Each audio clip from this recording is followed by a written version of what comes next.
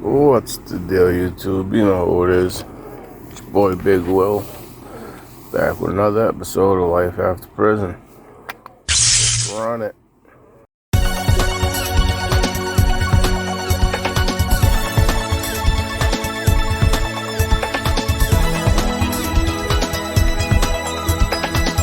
Alright, peeps, what it is. You know what it is. Tomorrow, it's my birthday, that's what it is. I'll be 51. Can't imagine. 51. Holy shit.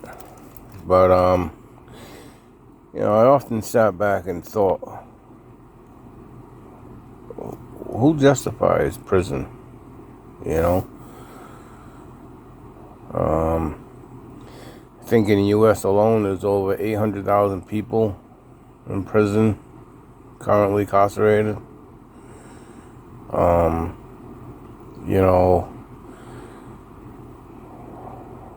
Who thinks it's okay for them to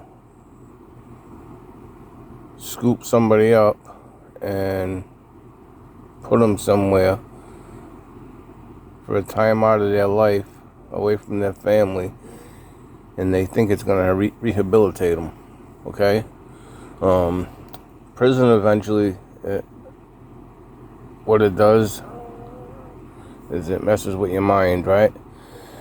So there's no rehabilitation, if you ask me. The recidivism rate is so high that it makes you second guess prison. Like, what's it actually doing for people, It takes them away from their family and friends and puts them in a place where they got their other family and friends, especially if they're gang members or with their brothers and sisters and so on and so forth, right? But let me speak for me. I had to reform myself, okay? Prison never did it for me. I went to school, I got a certificate in heating, air condition. I got my certificate in small engine repair. I got my GED. I took enough drug education classes where I should be a drug counselor for the information and the time that I spent. But I'm not sure about out west, Midwest, Texas, things like that. I don't know what they do for programs out there in them prisons. But like they say, oh, don't they make license plates and things like that? Like, that's the old days when they used to where they put a bunch of colored people in prison.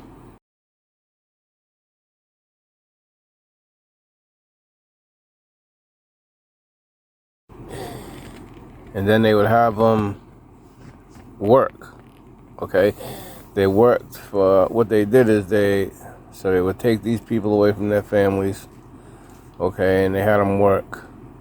And they did things that would save whatever state they're in money, like when they were building the railroad tracks, or when they did the chain gang to go out and plow the fields, things of that nature. They did it, and the inmates were either paid a small cheap percentage, a couple of pennies a day, or it was part of their crime, right? So around the city, we would join the work crews to get away from the jail. You know what I mean? To get that 6 or 5 hours outside every day, away from the bullshit. We would go and paint the local churches, but they feed you great. So you're outside and you're eating regular food, you're not eating the jail food, So things like that, you'd work and, so if you're out there and you're doing working the fairs. You know, if they got a fair or a carnival that comes to town, and they'll have the inmates come in and clean up after it's done, or help take the tents down and things of that nature. When you're in jail, it's that to get out there and do it, you get that human interaction, you know what I'm saying, that you've been missing. So you'll see people, guys, girls, you know, you're in the community, you know what I mean? So you're working, and you're like I said, when you're out and you're doing certain things, or like painting for the church, or setting up these events, and or helping, you know, fix a building or something, you know, shit like that. You can't get paid, obviously, and they don't tip you, right? So, but they'll buy you lunch, you know. And when you're out to get a nice fresh grinder, or a nice hot pizza, things like that, it goes a big way, you know what I mean, when you're in jail and you get that one Papa Gino's pizza, you know, once a week or a couple times a week. You go out, you know, you go out on these work crews, and, you know, that's what you do every day. You get up and you go to work, right? So, but back in the day, they took it as a way for these people, and they found them guilty of crimes that were stupid things, you know what I'm saying? Like when they finally freed slavery, and all these colored people that were here as slaves were free to wander and gather around, the lower states didn't like it, you know what I'm saying? So they found stupid things for them. Oh, they're out after 8 p.m. They lock you up, you know. Certain things, you know, whatever the case may be, whatever they were charged with, but stupid things usually, you know what I'm saying? Nothing, I mean, in some cases there were guys that were, you know, they went out and they got crazy, and they got, you know, but that's because that's how they were made, right? Being a slave all them years, you know. So it's only the government's fault for messing with someone, you know what I'm saying, and messing with their head, and driving them crazy, that they go out and commit these other crimes, or, you know, but so when you're in jail and you're on the work crew, it's a benefit, you know what I'm saying? It's a benefit to your psyche. It's a benefit to your health, you know, like you eating regular foods and stuff, you know what I'm saying? All of that goes a big way, you know. So, but other than that, there's no reform though, you know. After that, you go back into your cell block after your day's work. You sit inside the unit, and there's nothing else to do. You know, you're back to the same inmate mentality. You know, you're just another convict sitting on the jail block playing cards or watching TV, you know what I'm saying? The only difference is you got to leave for the day and go out and join the community. You know, other people, their charges are too high, you know, or they've had a escape or a default, shit like that from court, so they don't qualify for work crew, you know what I mean? So, like, it sucks. If someone has a restraining order against you, you don't qualify for work crew, you know what I'm saying? And it fucks with a lot of people's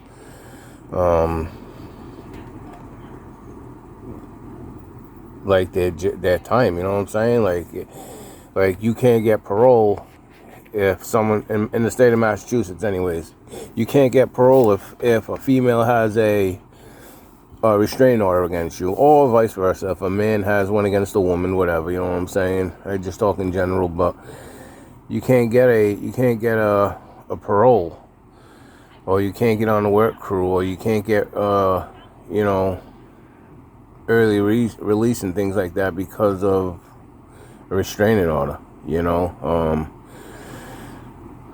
I remember it was 2008, and I was just getting ready to join the work crew, right? I went and set my parole up, and you know, once you do, you fill the paperwork, and, you know, blah blah blah, you know, you're gonna check to see if you're eligible, and so they moved me to a work unit, and I'm about to go out, in the morning, and I get a call back. Duper son, take your uniform off. Report to the captain's office.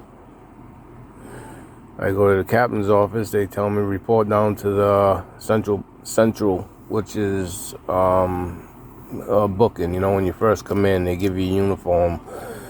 You go for your strip search and you go through a metal detector and all of that. It's central.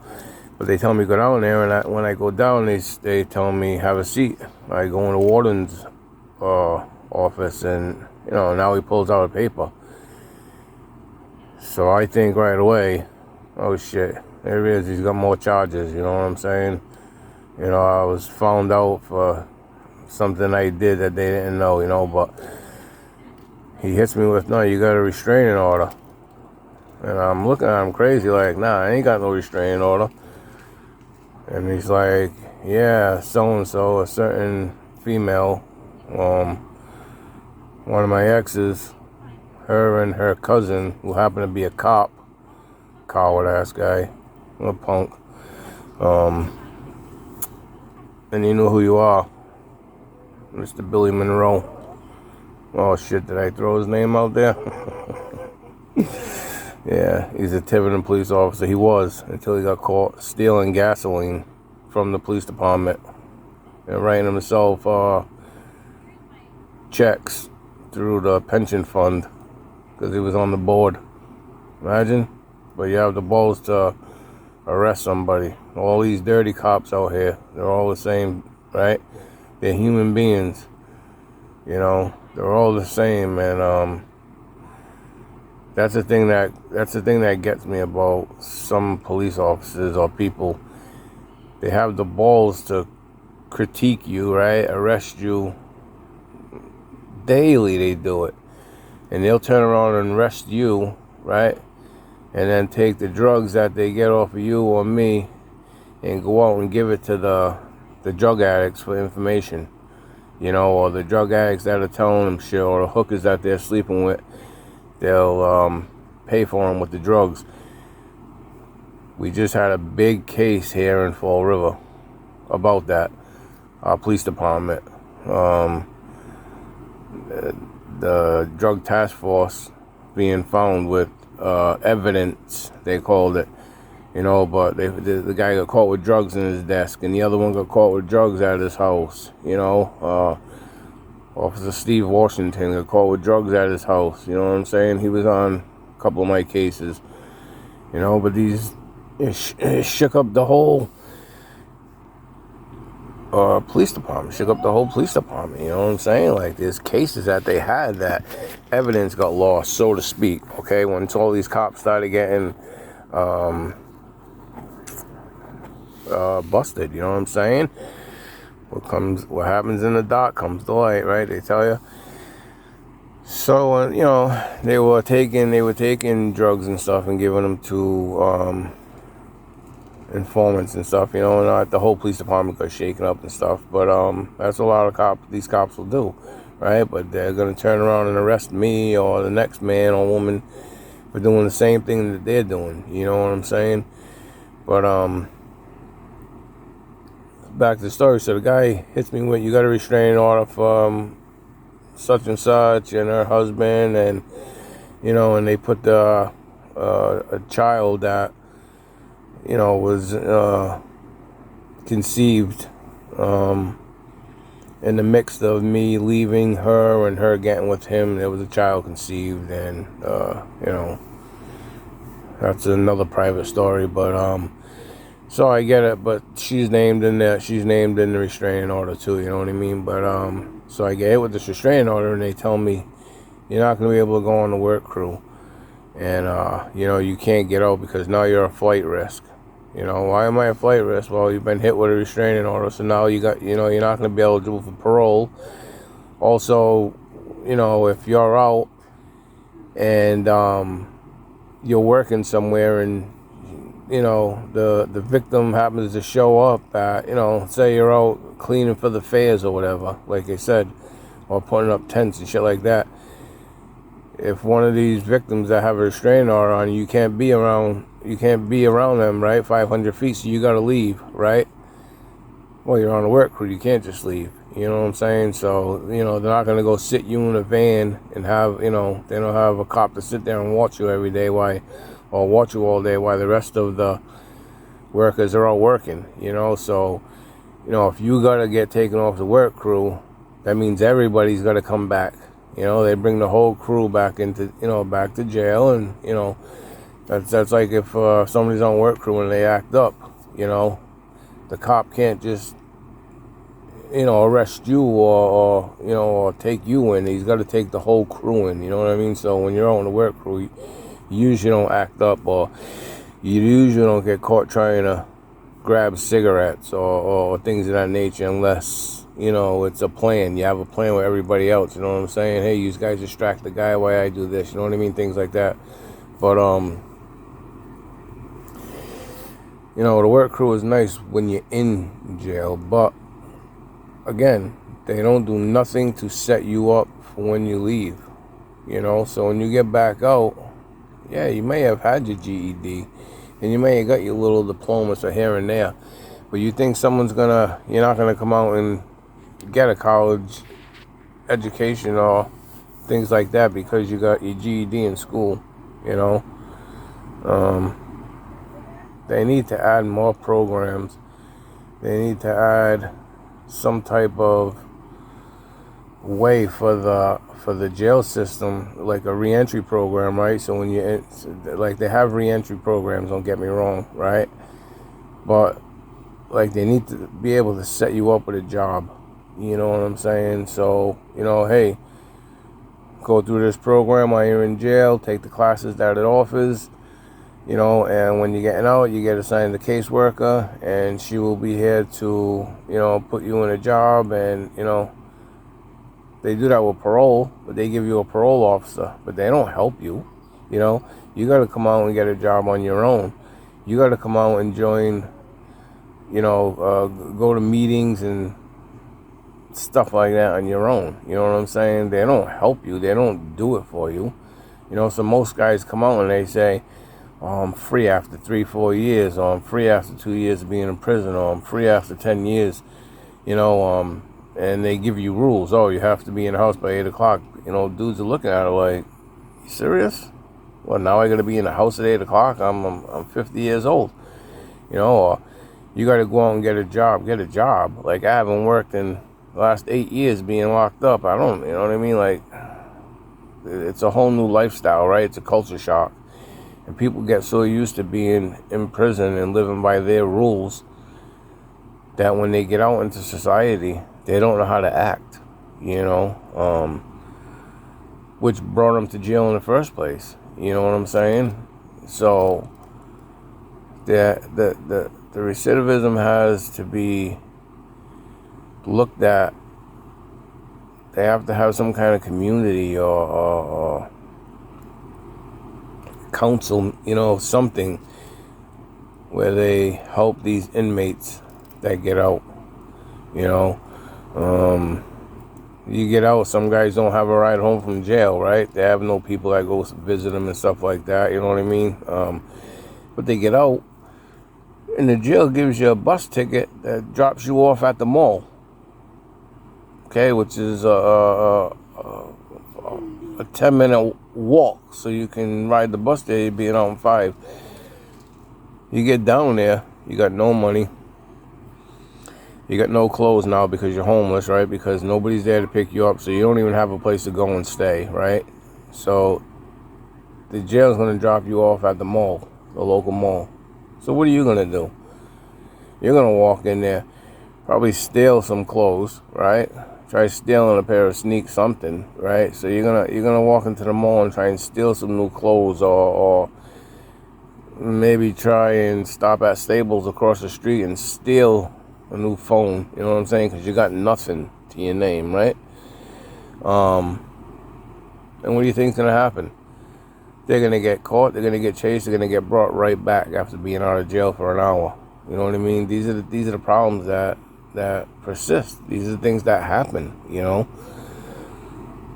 There's got to be a way to help people with programs that get out of jail, you know, and I think our communities, and again, I'm speaking for my area where I live. Other areas it may be different, you know, but around here, Southern Mass, where I live, they don't do shit for you. You know, you get out, you get on your own. Now you're sitting out there, you got no job, no nothing. Even if you have family that comes pick you up, you still get out, you got no job, no nothing. What do? You go right back to the streets. You go right back to hustling, you know. And in a month, you're right back where you started, you know. So it's a good idea for people when you're in jail. If you got family, try and have them trying to set you up on the outside with a job before you get out. If you're in jail, you have usually a counselor, your caseworker. Go to your caseworker. See if she can start looking for programs or things like that will help you find a job when you're out. Don't wait until the day you get out and just, I'll do it myself when I get out. And then you get out and you're stuck, you know. When you get out of jail and you have nothing, don't be proud. You know, if you got to stop and work at McDonald's, stop and work at McDonald's. You know what I'm saying? You know, today you may be making fries, but tomorrow you'll be a shift manager, you know. You'll work your way up. You know, don't be too proud of yourself. You know, people say, oh, it's only $15 an hour. Well, $15 an hour, nothing. I put them on a scale. $15 an hour is much more than nothing. You know what I mean? $15 an hour is much more of my freedom than sitting in jail because I'm too proud, you know. Use your head. Be safe. Be smart. You know. You gotta learn self-control. That's another big thing. If you come out and, you know, you're used to in jail, someone pops up in the mouth, you go up and you go, you know, you throw a fade up with them, right? Or if you're the type to shank somebody, get away from that shit, you know what I mean? One of these times you're going to shank somebody and catch a body and then you'll be sitting in jail the rest of your life. And unless you're, you know, state raised, they'll call you, or, you know,